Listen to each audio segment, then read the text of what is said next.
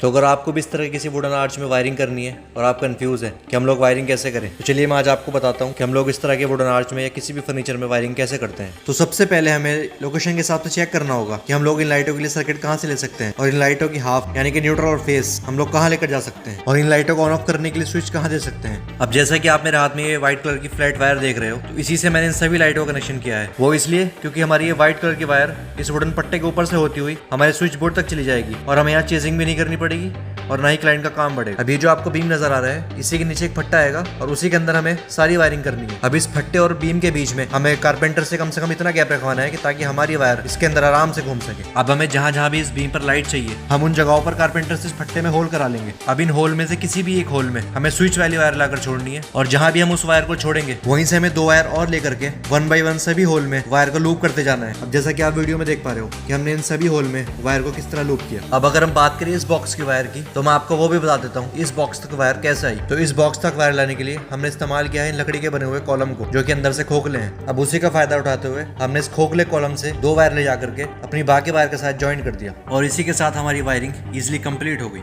और ये वो नाबालिग लाइट हैं जिनके लिए ये सब मेहनत हुई। 3 वॉट सरफेस लाइट। अब इस आर्च के अंदर में टोटल 6 लाइट लगानी, 5 सरफेस और 3 हैंगिंग, जिसमें एक ये पैरेट लाइट है और 2 बटरफ्लाई। सरफेस लाइट का कनेक्शन मैं ऑलरेडी कर चुका हूँ।